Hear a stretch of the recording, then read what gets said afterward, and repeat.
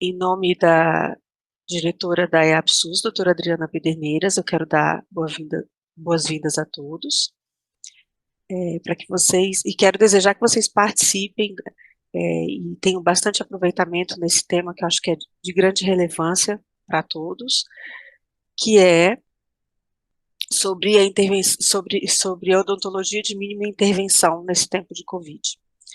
Quero passar a palavra para a doutora Fernanda, para que ela apresente as palestrantes, e a gente inicie, então, a nossa webconferência.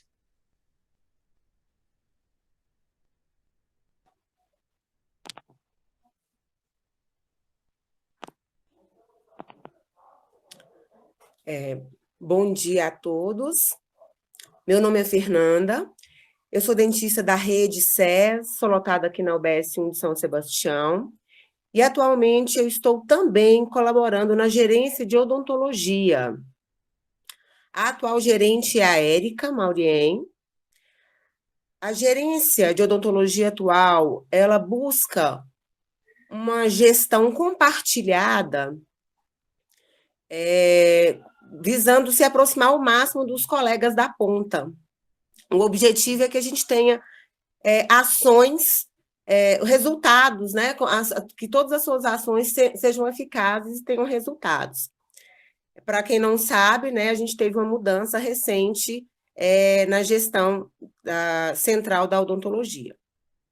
Eu quero agradecer, primeiramente, a odontologia da UBS 1 de São Sebastião, que, por seu espírito de equipe, tornou viável, viabilizou essa apresentação. Agradecer imensamente a EAPSUS, FEPEX, pela oportunidade, pelo espaço dado para falarmos um pouco sobre odontologia, nesse momento de tanta transformação, de tanta mudança para todos nós. No nosso caso, no caso da odontologia, em especial, a produção de aerossol, ela se tornou um problema pelo alto risco de transmissão do vírus, né? E foi nesse sentido que a gente pensou, que a gente está trazendo para vocês nesse webinário, o papel da mínima intervenção em tempos de Covid. Para conversar um pouquinho com a gente trouxe aqui a doutora Patrícia Serafim, que é odontopediatra, e a doutora Renata Nunes Cabral, que é odontopediatra, mestre e doutora em Ciências da Saúde pela Universidade de Brasília. Ambas são servidoras da rede SES, são servidoras da ponta, fazem parte de uma equipe de saúde da família aqui na UBS 1 de São Sebastião. Eu espero que possamos contribuir um pouco aí com a prática ou com a reflexão. As dúvidas que surgirem, que não forem tiradas durante a apresentação, elas podem ser encaminhadas por e-mail, que será disponibilizado durante a apresentação, tá? Eu agradeço a participação de todos e vamos começar esse webinário. Mais uma vez, obrigada.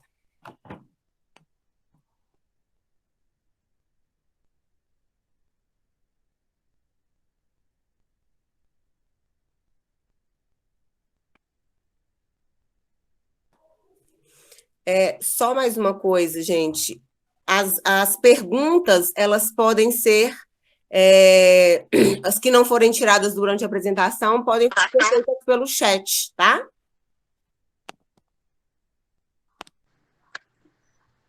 Então, bom dia a todos. A gente vai conversar hoje, então, um pouco sobre odontologia de mínima intervenção em tempos de Covid.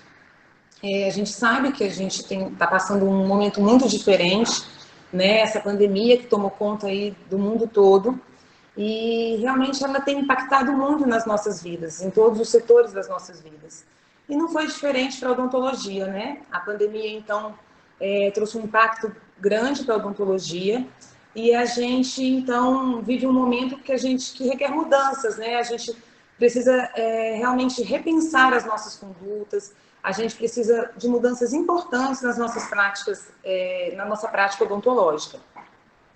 É sabido que a prática odontológica tem muitos procedimentos convencionais geradores de aerosóis e de gotículas.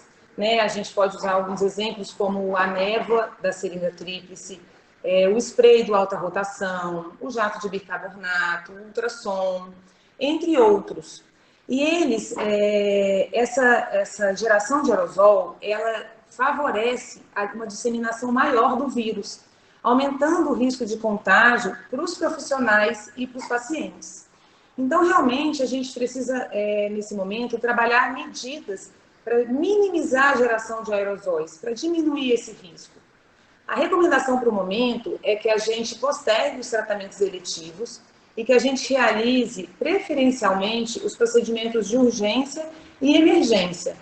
E sempre tendo essa preocupação, né? Sempre buscando usar essas medidas para minimizar a geração de aerosóis.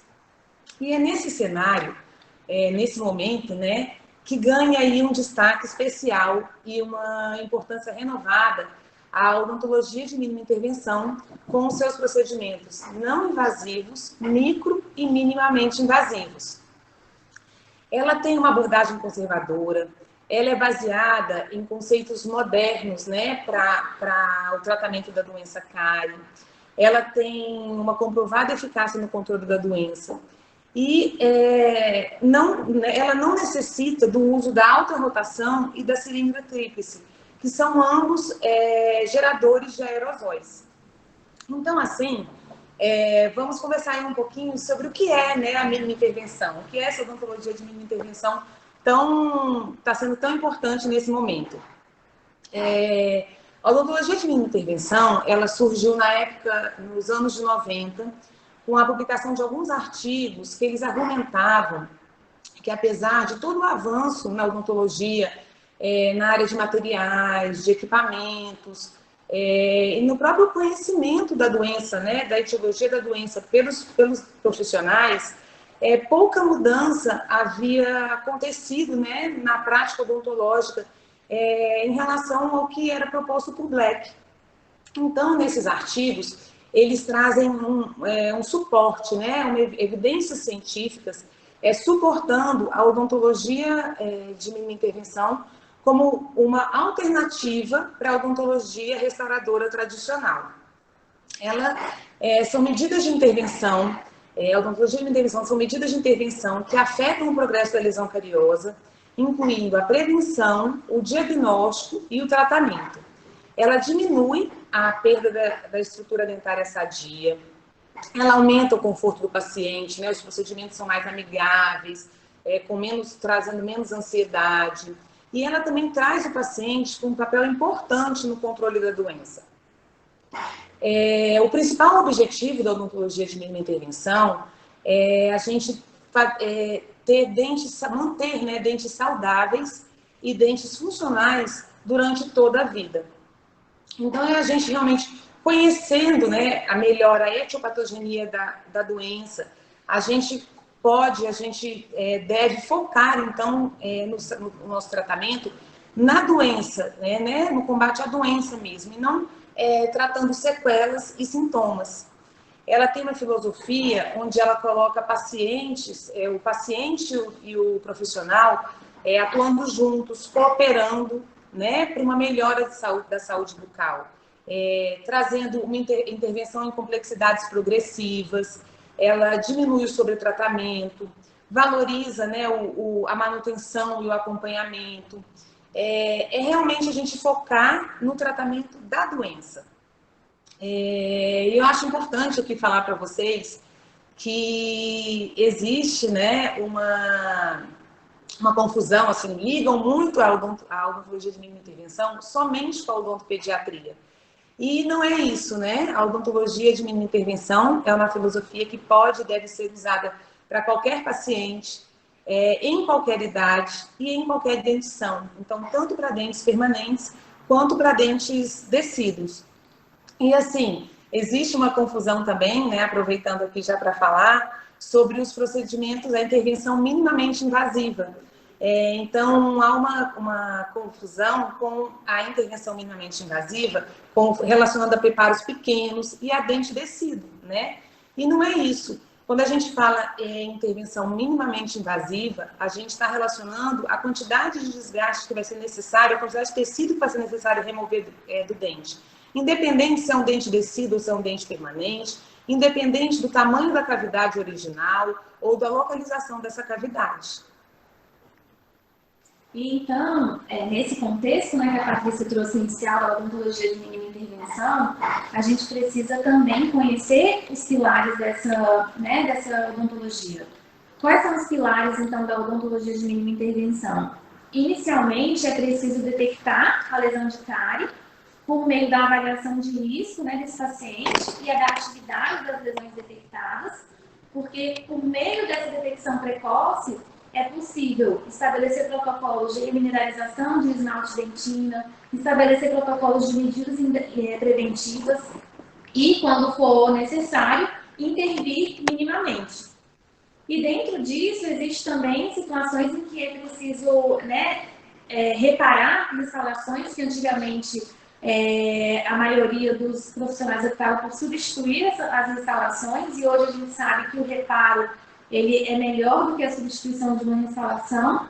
Claro que vão existir casos que a substituição será necessária, né? Eu não estou falando que não é para não substituir mais instalações, existem situações que ainda é preciso substituir, mas o que é preciso também é que o dentista ele saiba diagnosticar o motivo da falha, por que essa instalação falhou, e a partir daí ele possa, né, decidir se o melhor para aquele momento é reparar ou substituir essa instalação.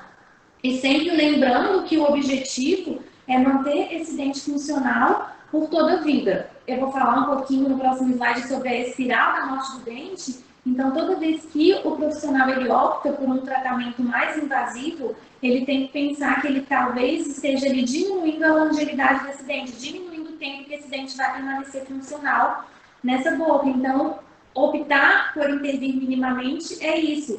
Sempre tentar alcançar o objetivo de manter esse dente funcional por toda a vida. E, por fim, a gente também tem como pilar os retornos individualizados. É senso comum dentro da odontologia o retorno semestral dos pacientes, mas também é importante individualizar esse retorno. Se eu tenho um paciente que ele tem um alto risco à cárie dentária, por exemplo, eu preciso diminuir o intervalo de retorno desse paciente. Se eu tenho um baixo risco desse paciente a cárie, então eu posso aumentar o intervalo de retorno. Pensando nesse retorno semestral, existem benefícios. Por exemplo, esse paciente ele vai estar incluído em exames periódicos, né, preventivos. Porém, esse acompanhamento semestral, ele também acaba fazendo com que o profissional realize sobretratamentos. Então, o retorno individualizado, ele vem caracterizando, né, classificando esse paciente nesse intervalo de... será que eu posso deixar um intervalo maior? Será que eu posso deixar um intervalo menor para acompanhar meu paciente? E isso sempre feito com base nessa avaliação de risco que esse paciente apresenta. Então, como eu falei um pouquinho sobre essa substituição das instalações, reparar ao invés de substituir, é importante a gente falar da espiral de morte do dente, porque atualmente a gente tem a expectativa de vida dos indivíduos aumentando, e com a expectativa de vida aumentando, a gente precisa manter esses dentes por mais tempo na boca. E para a gente manter esses dentes funcionais por mais tempo na boca, a gente precisa intervir minimamente. Por exemplo, a gente tem muitos casos que os pacientes, eles vêm, as crianças, por exemplo, com 6 anos, com uma lesão já, por exemplo, inicial no molar permanente. Se eu já opto por realizar uma restauração, claro que em alguns casos a restauração tem que ser feita, mas se eu avalio o caso e eu posso intervir minimamente e optar por outras decisões de tratamento nesse primeiro momento, eu consigo postergar uma intervenção restauradora e aí eu consigo manter esse dente, né, funcionar por muito tempo.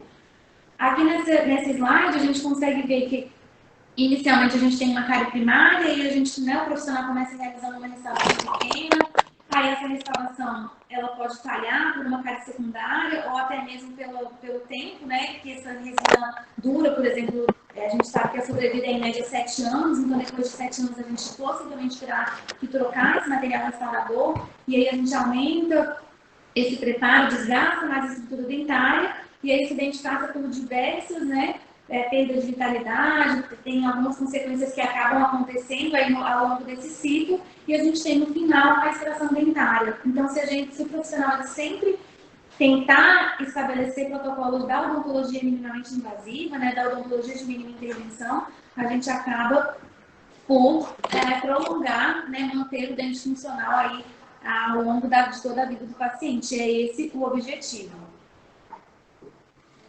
Uma outra fundamentação teórica para a gente tratar dentro da odontologia de mínima intervenção é falar um pouquinho sobre a remoção cariado. Existem alguns conceitos atuais e antigamente a gente tinha a nomenclatura preparo cavitário, porque a gente precisava aplicar alguns princípios a essa cavidade, né, para que o material ele se aderisse a esse local. Porém, hoje, a gente trabalha com materiais adesivos. Claro que a gente ainda tem a opção de fazer esses preparos, né, para o uso do amálgama,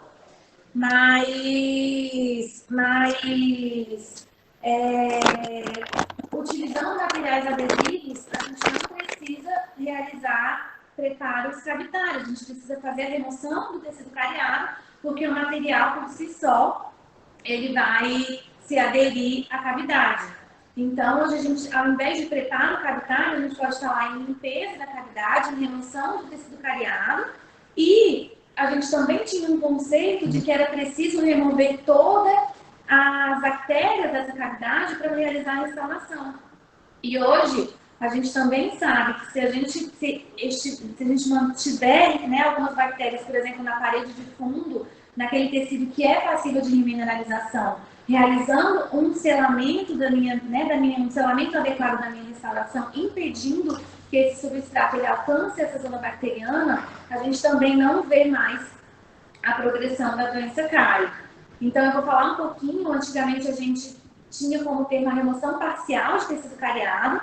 Houve um consenso na Bélgica, em 2015, que reuniu 21 experts na área de cariologia, e eles chegaram num consenso de que, ao invés de remoção parcial de tecido cariado, porque quando a gente fala de remoção parcial, parece que o dentista está deixando cárie nessa cavidade, o melhor termo seria a remoção seletiva de tecido cariado, porque o profissional ele consegue selecionar qual o tecido cariado que ele tem que remover e qual o tecido cariado que ele pode deixar lá na parede de fundo da cavidade, que é passível de remineralização.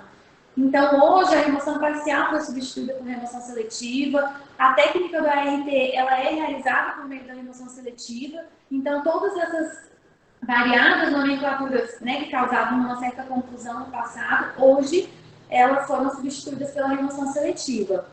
E eu trouxe nesse slide alguns tipos de dentina, né, que são vistos numa lesão de cárie, desde a dentina amolecida, que é aquela que a gente consegue remover facilmente com o uso da cureta, não tem resistência nenhuma, até uma dentina, aquela que sai em lascas de couro, a gente não tem tanta resistência para remover, e ela, né, ela ainda sai facilmente, mas ela sai em formato de lascas, não é como a dentina amolecida.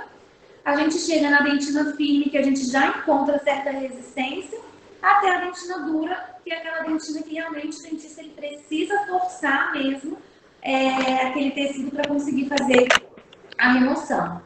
E aí a gente tem alguns tipos de formas de fazer a remoção. A remoção seletiva em cavidades rasas e médias, ela deve ser feita até a dentina firme. Então, eu vou chegar em alguma limpeza da cavidade que eu estou fazendo, eu vou chegar até a dentina dura? Não é mais recomendado. Então, se eu tenho cavidades rasas e médias, eu faço a remoção até a dentina firme. Então, voltando aqui no slide, eu vou remover a dentina amolecida, eu vou remover a dentina em forma, né, aquela que sai em lascas de couro, e eu vou chegar até a dentina firme, porque eu não tenho risco de exposição pulpar. Mas se eu tenho uma cavidade profunda, já lá no terço interno da dentina, que eu tenho um risco de exposição ao fazer a minha remoção seletiva de tecido cariado, então eu vou remover até a dentina amolecida. Então, por quê? Porque se eu continuar removendo, eu vou expor a polpa. E se eu tenho um caso em que o paciente não tem uma sintomatologia dolorosa espontânea, que eu, né, pelo meu exame, pelo meu diagnóstico, eu vejo que é um dente que não apresenta um caso, né, uma pulpite reversível, eu posso sim remover tecido cariado até a dentina amolecida. Nesse caso, foi feito por meio da técnica do tratamento restaurador traumático com a restauração com ionômero de vidro. E a gente acompanhou esse caso por 4 anos. Então, eu acho esse caso muito interessante, porque ele mostra que, mesmo ficando ali na parede de fundo um tecido, né, com uma consistência amolecida, se a gente fizer a remoção, que é importante, nas paredes circundantes, que é a recomendação, até a dentina dura, para permitir a melhor adesão do material, e eu faço o selamento adequado dessa minha instalação, eu não permito a passagem de substrato, e essa lesão, ela não, nesse caso, não houve a progressão. Então, claro, existem casos que pode, né, que esse dente pode vir, depois do paciente retornar, o histórico de dor acontece, mas se eu faço um diagnóstico correto, a pulpite, não tem uma pulpite reversível, eu faço o selamento adequado da cavidade, a lesão não progride, e esse é um caso interessante, porque se a gente olhar aos 10 meses e aos 4 anos de acompanhamento, a gente ainda vê aquela linha abaixo da restauração, mas com nenhum aspecto de progressão da lesão. E aí eu trouxe esses 2 artigos que mostram um pouquinho sobre a visão ainda dos dentistas. Um artigo é de 2011, o outro é de 2013. O de 2011, ele foi feito, que é o da esquerda, ele foi feito com profissionais, né, dentistas lá no sul do Brasil, e foram mostrados para esses dentistas imagens clínicas e imagens radiográficas de alguns, né, diferentes casos de lesões, e 71% desses dentistas, eles ainda optaram por intervenções mais invasivas com a remoção total de tecido cariado. E um outro estudo feito na Alemanha em 2013 também apontou para essa mesma linha que os dentistas ainda tinham uma visão de insegurança de deixar tecido cariado na cavidade.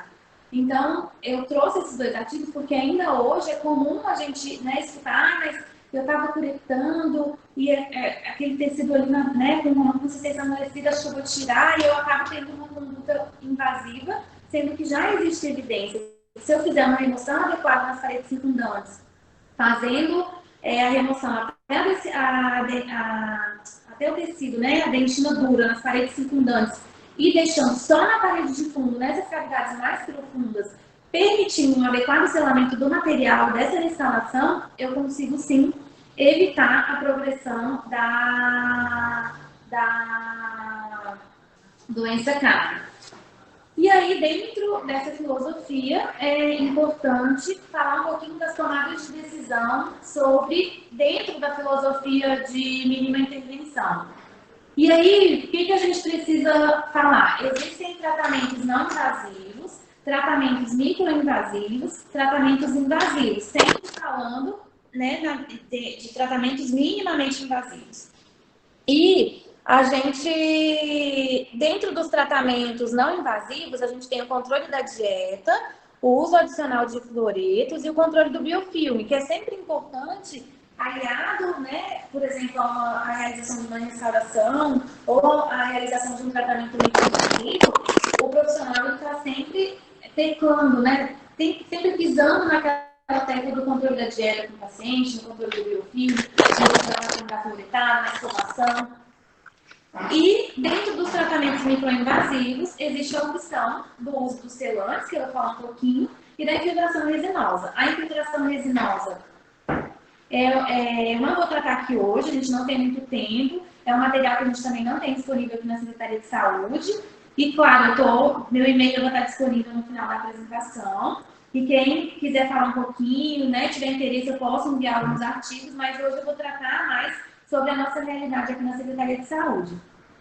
Vou falar dos tratamentos invasivos já com a restauração, por meio do tratamento restaurador traumático, e existem também as intervenções mistas. Elas são chamadas de intervenções mistas porque elas passam, né, elas têm princípios de tratamento não invasivo, microinvasivo e invasivo, e optou-se então por, né, denominá-las como intervenções mistas, que é o tratamento não restaurador da doença cárie, E a técnica de Hall. A técnica de Hall, ela é realizada por meio, né, do uso das coroas de aço, que a gente também não tem aqui na Secretaria de Saúde, então eu também vou deixar para quem tiver interesse, a gente pode conversar depois sobre isso, podem me escrever. E o tratamento não restaurador da doença cárie, a gente também precisaria de um pouquinho mais de tempo para conversar. Então eu vou abordar, vou trazer bem para a nossa realidade aqui da Secretaria e vou falar um pouquinho sobre esses diferentes tipos de tratamento dentro da odontologia de mínima intervenção.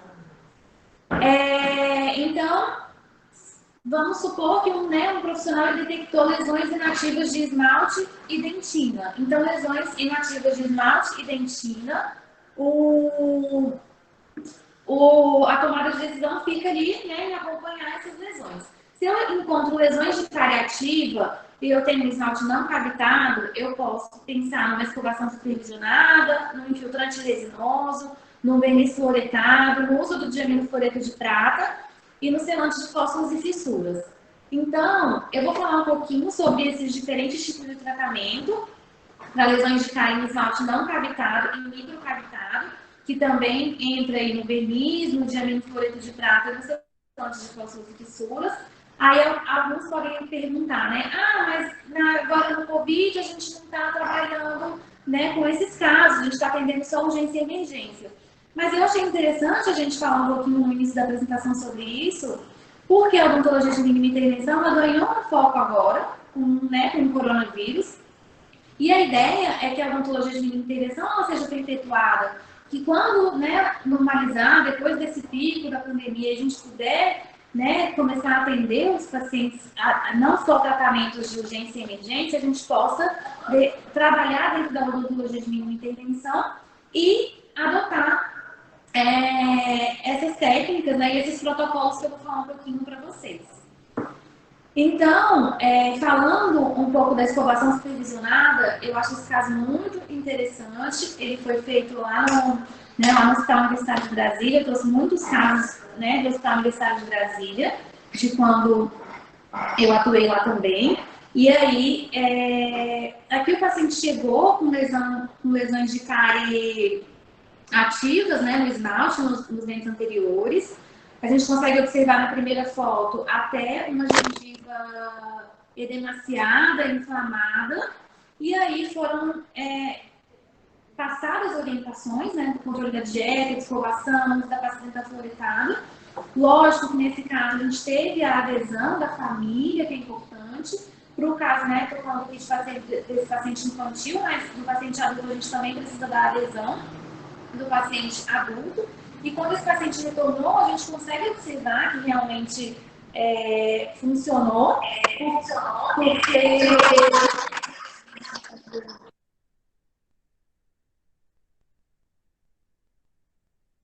de cárie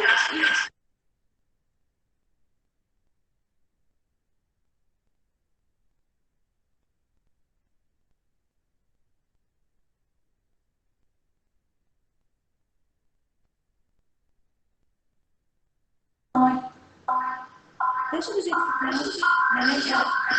Só um minutinho, por favor.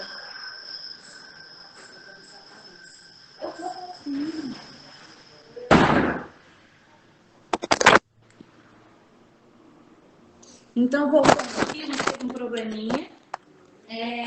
Então, estabelecendo esse protocolo de escovação supervisionada, a gente viu a melhora do aspecto da gengiva e a regressão. Claro que a gente precisa da adesão, né, da família e do paciente. No caso do paciente adulto e no paciente infantil da família. O uso do verniz fluoretado, ele também pode, né, ser feito. A gente tem, por exemplo, nessa imagem, uma criança com lesão de cárie, até entre os incisivos centrais, uma lesão já com uma pequena cavitação. A gente fez, né, uma remineralização dessas lesões com o uso do verniz fluoretado. Nesses casos, né, pacientes infantis com lesões de cárie ativa, a gente pode optar pelo uso do verniz uma vez por semana, a cada 4 semanas, então é um protocolo. E também para lesões pontuais, né, lesões ativas em esmalte, em dentina, a gente também pode fazer o uso do verniz fluoretado. Uma outra tomada de decisão dentro dessa odontologia de mínima intervenção para as lesões não cavitadas e microcavitadas é o por meio de selantes de fósforos e fissuras. Então, nesse caso, a gente tem um dente permanente, né, com até alguns pontos de atividade, mas alguns pontos de atividade, por exemplo, na face vestibular desse dente. Então, nesse caso, optou-se por fazer o selamento. Para fazer o selamento por meio da técnica do ART, que foi feito nesse caso, foi feito o condicionamento, né, desse esmalte, a lavagem e secagem por meio do uso de bolinhas de algodão. A gente vai ver também lá para realizar a restauração que a gente não precisa usar a seringa tríplice. A gente pode deixar já bolinhas de algodões prontas em um pote d'água com água. Então eu faço a minha lavagem com bolinhas de algodão umedecidas e faço a secagem, né, das superfícies com bolinhas de algodão secas. E aí eu faço a aplicação do material, a pressão digital com vaselina, faço a remoção dos excessos, né, da meu selante, da minha instalação, checo a oclusão e finalizo fazendo a proteção, né, desse material com vaselina sólida, que foi o que foi feito nesse caso, para evitar a cinese e a embebição. Aqui foi feito com um selante encapsulado, um ionômero de alta viscosidade encapsulado. Aqui na secretaria a gente tem o Vitromolar, que é um ionômero de alta viscosidade nacional, que é indicado também para a técnica tanto do selante ART como da restauração, que a gente vai falar um pouquinho lá na técnica já com lesão de cárie cavitada em dentina. Eu trouxe esse caso do uso do diamino-fluoreto de prata, porque atualmente a gente não tem o diamino-fluoretado na Secretaria de Saúde, mas antigamente esse material existia na rede. Então eu trouxe esse caso porque o diamino-fluoreto de prata ele serve tanto para lesões em esmalte quanto para lesões em dentina, como forma de remineralizar e também paralisar o progresso das lesões cariosas. A prata, né, o nitrato de prata, ele obtera os túbulos dentinários. Então, para o momento atual, né, dessa pandemia, crianças com comportamento difícil, ou até algumas lesões em pacientes adultos que não é possível restaurar de alguma forma, para esse momento, o uso do diamino-fluoreto de prata seria interessante, porque paralisaria a doença e o paciente voltaria num segundo momento para fazer uma restauração, ou quem sabe, né, para fazer a restauração. Claro, existem algumas desvantagens da técnica, que é a questão da estética.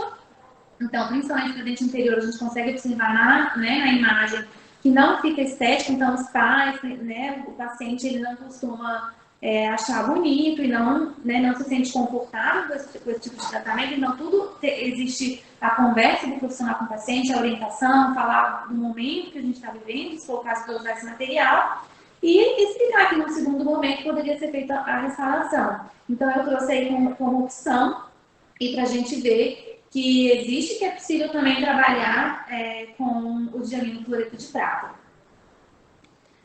Bom, quando a gente tem já lesões em dentina, tanto na metade externa ou na metade interna, falando um pouquinho agora da metade externa, existem algumas opções, como o uso do verniz, o uso do diamino-fluoreto de prata e o uso do selante de fósforos e fissuras. Então, eu já falei da técnica, né, de cada um, e aí aqui entra muito numa pergunta que muitas pessoas fazem. Ah, mas eu vou então selar uma lesão em dentina? Bom, o selante do selante de dentina, principalmente no terço externo da dentina, ele é possível. Existem vários estudos já mostrando que entram naquele mesmo conceito que eu falei lá no início da nossa webconferência, que quando eu faço um vedamento, né, adequado da minha cavidade ou da minha microcavidade, da porta de entrada do meu substrato, eu consigo paralisar a doença. Então, eu trouxe esse caso que a gente realmente optou por fazer o selamento, né? A gente tem a imagem clínica e a imagem radiográfica, e a gente optou por fazer o selamento dessa lesão. Claro, quando eu opto por selar uma lesão em dentina, e eu acho que quando eu opto por qualquer tipo de tratamento, a gente precisa implementar aquelas medidas não invasivas de controle da dieta, orientação de escovação, e talvez nesses casos de selamento de lesões em dentina seja importante eu implementar um protocolo de retorno individualizado para o meu paciente. Então, claro, meu paciente ele não coopera, eu não consigo, né, ter um retorno em um intervalo menor, o paciente ele vem sempre com um índice de placa elevado. Então, talvez, para esse paciente que eu não tenho uma adesão tão firme ali né, ao que é orientado, talvez eu tenha que intervir minimamente com uma restauração já, né, nesses casos, mas é uma opção.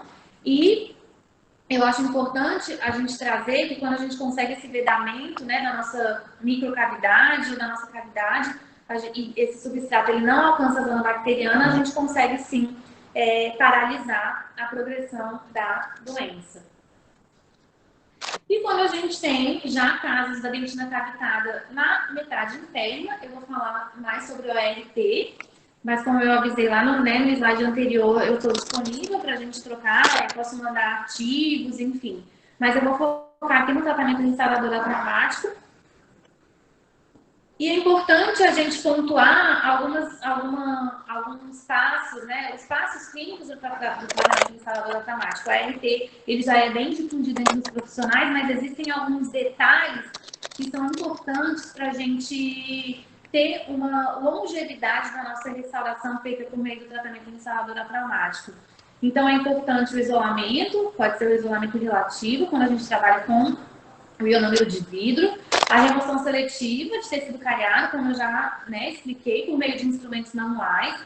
Então, o princípio do tratamento restaurador atraumático é a remoção por meio de instrumentos manuais. Então, eu posso fazer o isolamento absoluto e executar o meu tratamento restaurador atraumático? Posso. Eu posso fazer a remoção com instrumentos manuais e anestesiar meu paciente? Posso. Tratamento restaurador atraumático, a gente pode utilizar, lançar mão da anestesia. Porque existem cavidades profundas que mesmo com o uso da cureta, o meu paciente sente dor. Então, o tratamento restaurador atraumático, ele permite o uso da anestesia.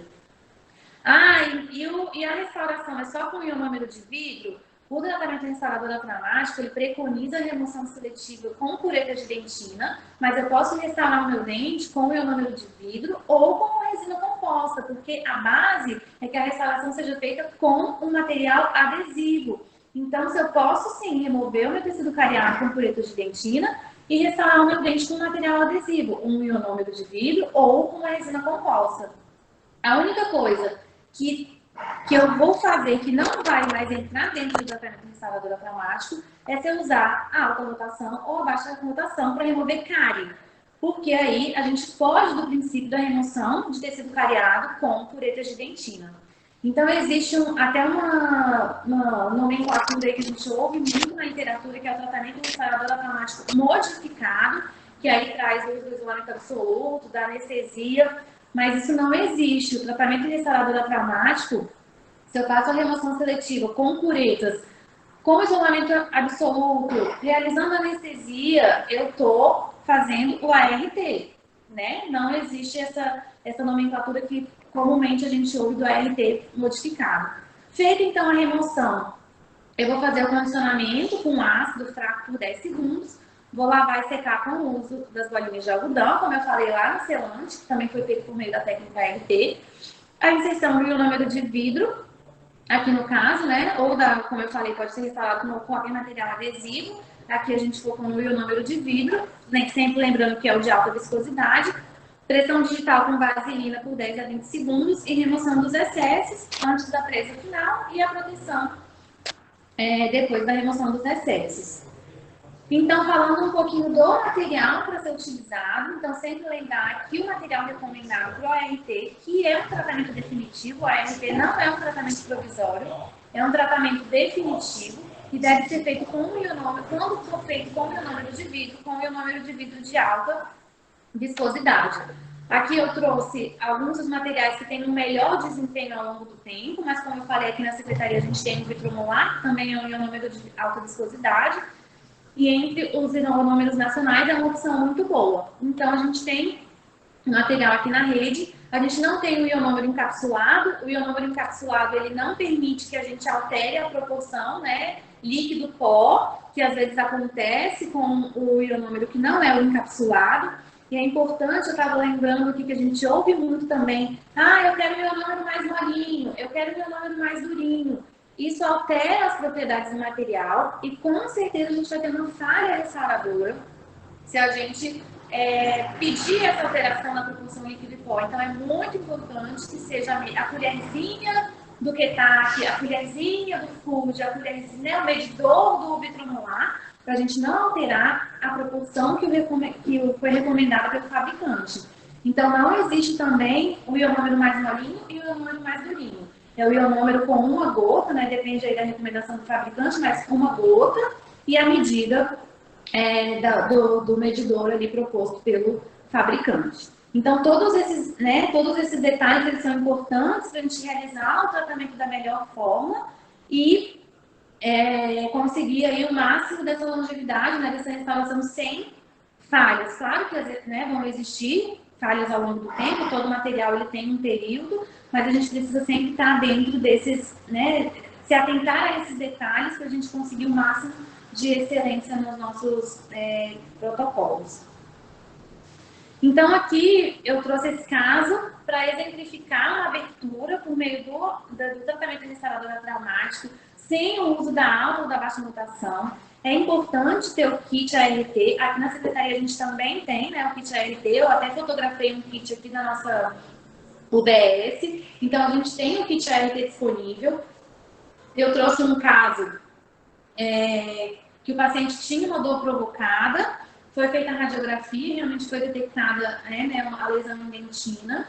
Então, a abertura ela foi feita por meio do opener, que é esse primeiro instrumento aqui na lista dos materiais. Como a gente trabalha com ele? A gente insere, né, aplica a ponta do instrumento na microcavidade ali que a gente já observa e a gente gira. E aí é um esmalte socavado, em volta ele se desintegra, né, porque ele não tem apoio, e aí a gente consegue acesso a essa cavidade para fazer a limpeza e a remoção do tecido cariado. Então, por fim, também foi restaurado com um ionômero de vidro de alta viscosidade. Claro que, nesse caso, o paciente pode até ser um caso de um paciente que venha com uma dor provocada, que seja necessário realizar uma restauração, mas a maioria dos casos que a gente vem atendendo, como procedimentos de urgência e emergência, as cavidades já bem abertas. Então, por meio do uso de curetas e por meio da remoção seletiva de cárie e realizando a restauração, por meio do tratamento restaurador traumático, a gente consegue resolver muitos dos casos que vêm surgindo, a demanda que vem surgindo. Aqui também eu trouxe um caso que foi feito com o uso do opener sem utilizar a alta e a baixa mutação. Foi esse primeiro molar, né, superior, já com uma lesão em dentina, em que a gente optou por uma intervenção minimamente invasiva por meio da remoção seletiva de cárie, a remoção e a restauração. Então, nesse caso, a opção foi uma... Ontem e hoje está dando aquele discurso. Seria a opção de selar essa dentina? Bom, nesse caso, a restrição. Por quê? Porque esse paciente, se a gente olhar, ele já tem uma lesão de cárie no molar inferior também. Era um paciente que não tinha um controle de placa adequado. Então, e essa lesão ela já está um pouquinho, querendo ali chegar no terço interno. Então, nesse caso, a opção foi pela realização da restauração. E como eu falei lá anteriormente, o paciente ele tem que ser visto como um todo, não só o dente. Então, é preciso ver se o paciente ele é colaborador, se ele tem o perfil de aderir, às orientações preventivas. Claro, eu tenho um paciente que tem uma dentição toda saudável, com uma lesão pequena no molar, no terço interno da dentina. Esse seria um caso interessante com selamento, por exemplo. Então, é importante aqui avaliar todo esse perfil do paciente e tomar a melhor decisão com base na odontologia de mínima intervenção. E aí eu trouxe esse esqueminha aqui também, que ajuda um pouco dentro da tomada de decisão, que ele traz alguns parâmetros, como a atividade da lesão, se ela está cavitada ou não, e se ela é passível de limpeza. Então, a primeira pergunta, eu tenho uma lesão ativa? Não. Então eu posso não intervir e acompanhar essa lesão, é uma opção. Eu tenho uma lesão ativa? Tenho. Ela está cavitada? Não.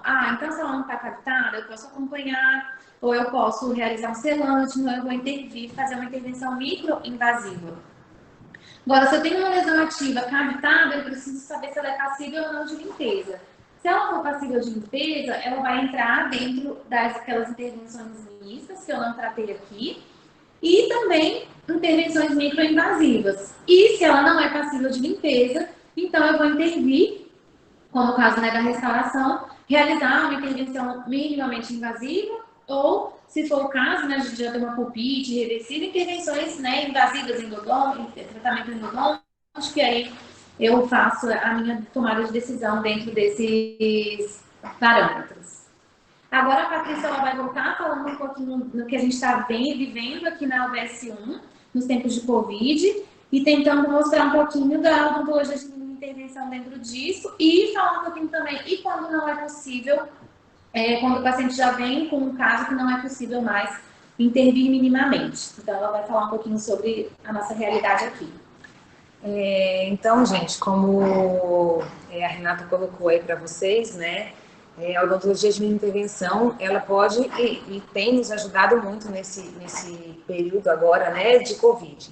E a gente aqui na UBS 1 de São Sebastião, na odontologia, a gente já tem buscado isso, né, buscado minimizar realmente o uso do aerosol e tem buscado já fazer uma odontologia de mínima intervenção.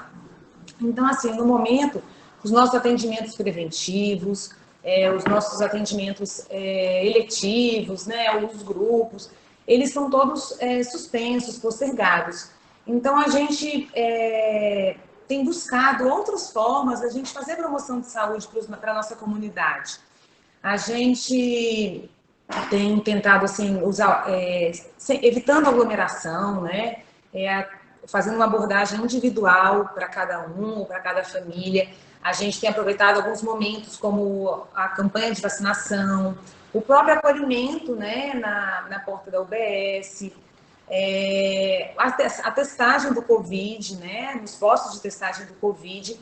A gente tem aproveitado para orientar os nossos pacientes, a comunidade, sobre a importância do cuidado com a saúde bucal em tempos de Covid, sobre a importância, né, da higienização bucal, da escovação, do cuidado com uma dieta controlada no consumo de açúcar, sobre a pasta fluoretada, a importância, então, aí do uso da pasta fluoretada.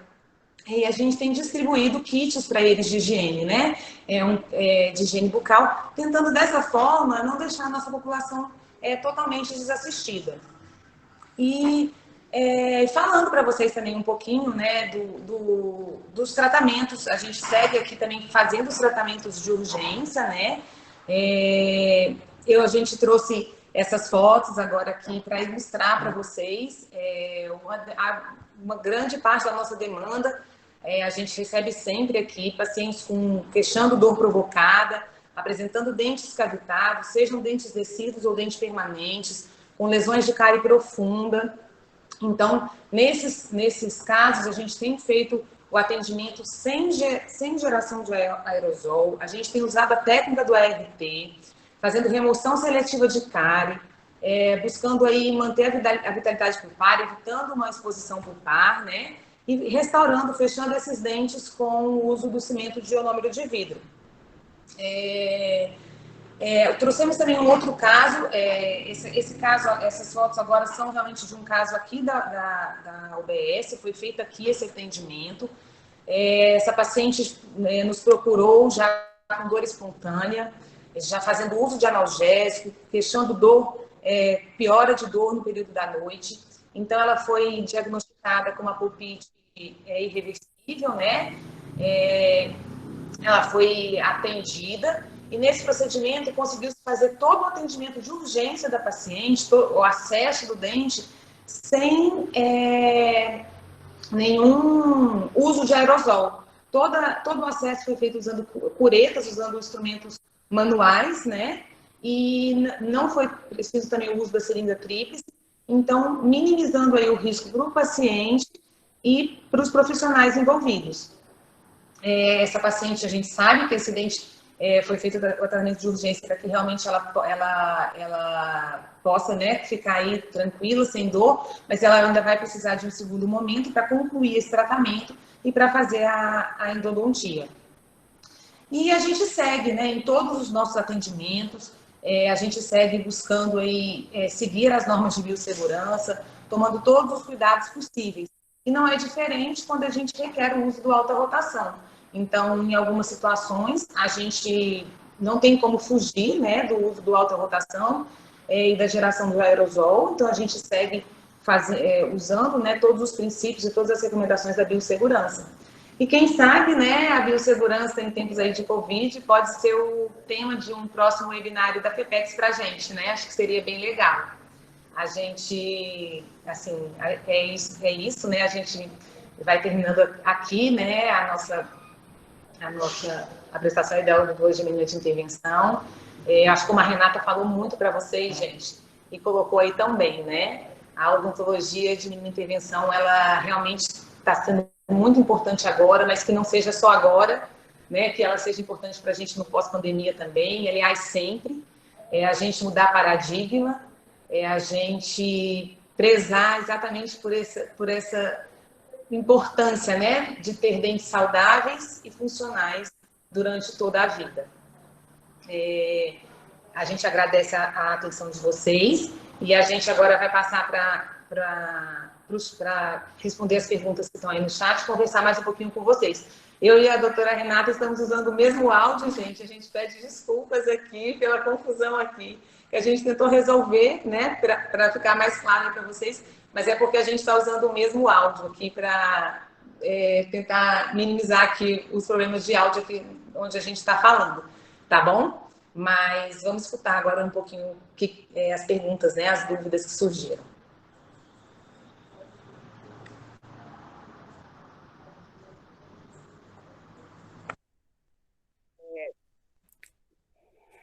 Vamos lá, então, gente, para as perguntas, tá, que surgiram aqui. A primeira pergunta foi: a remoção de dentina nas paredes circundantes, ela pode ser feita apenas com a cureta? No caso, foi curta, mas fatalmente era cureta. Doutora Renata, doutora Patrícia, por favor.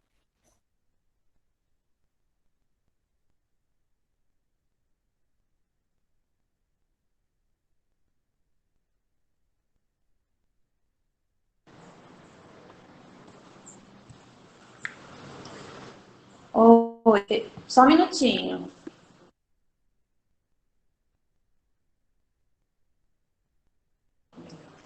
Oi, Fernanda, deixa eu te pedir só uma coisa. Você pode repetir a pergunta, por favor?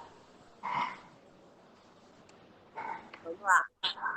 A primeira pergunta é: a remoção de dentina das paredes circundantes, ela pode ser feita apenas com o uso de cureta? Então, respondendo essa pergunta, a dentina das paredes circundantes, ela pode ser feita sim, só com o uso de curetas, lembrando que nas paredes circundantes até a dentina dura, na parede de fundo até a dentina firme ou até a dentina amolecida, dependendo da profundidade da cavidade, mas só por meio do uso de cureta sim.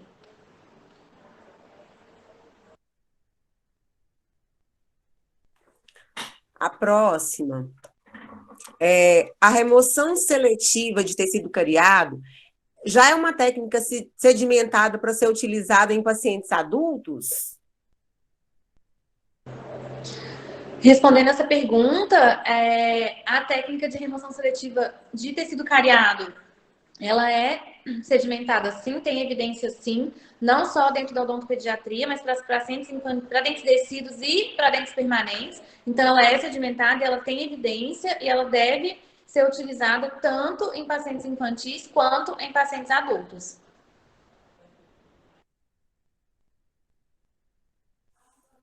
Mais uma. A dentina amolecida é aquela completamente solta na cavidade? E só complementando essa pergunta aqui, que é E essa dentina completamente solta, quando você fala em remoção seletiva, ela deve ficar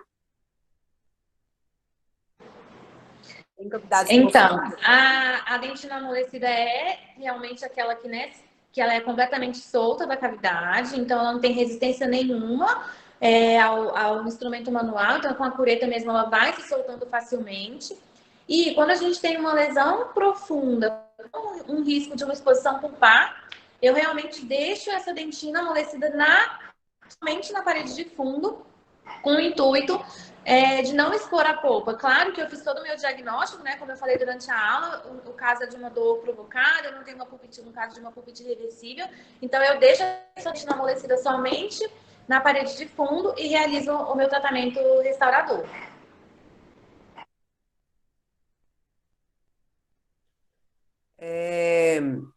Sobre selar lesões em dentina, foi dito que é necessário avaliar o risco de atividade de cárie do paciente. Se eu preciso avaliar esse risco, seria uma técnica menos eficaz para pacientes com alto risco de cárie?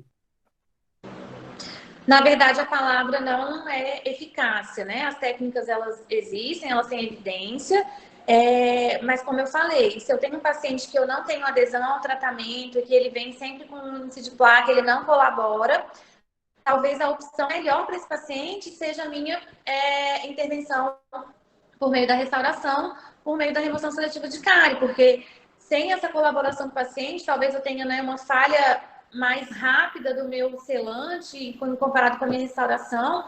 Então, se eu tenho um paciente realmente que tem um alto índice de placa, que tem outras lesões de cárie, tem um alto risco da cárie dentária, talvez essa opção, né, essa opção microinvasiva, ela não seja a melhor tomada de decisão para o meu paciente com essa lesão. E aí eu já tenho que entrar nos meus protocolos minimamente invasivos por meio da restauração.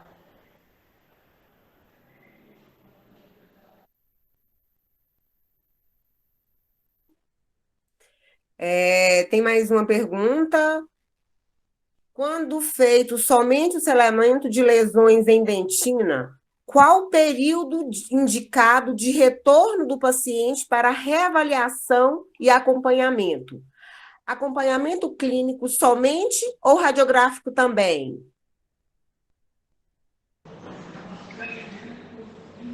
Bom, eu assim, gosto de estabelecer, né, um período indicado, mas vou falar um pouco de como eu, né, implemento os meus retornos. Se eu tenho um paciente que eu fiz um selamento de uma lesão no terço externo da dentina, como eu expliquei aqui na aula, eu gosto, né, de pelo menos aí um intervalo semestral e acompanhar também. Não preciso repetir essas radiografias semestralmente, mas pelo menos acompanhar.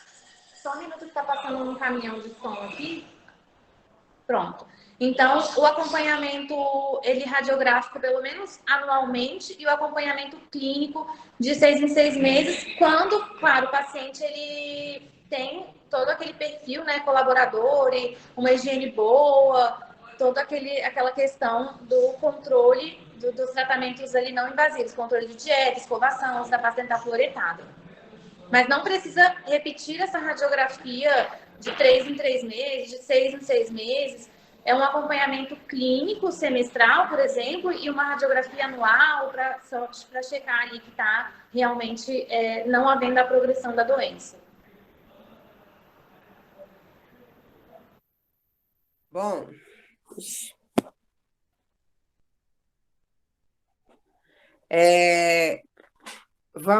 eu agradeço.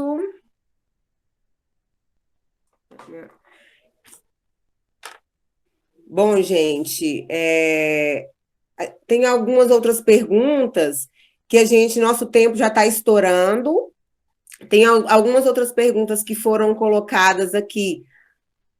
A gente responde depois, envia por e-mail. Vocês podem usar o e-mail disponibilizado para a doutora Renata.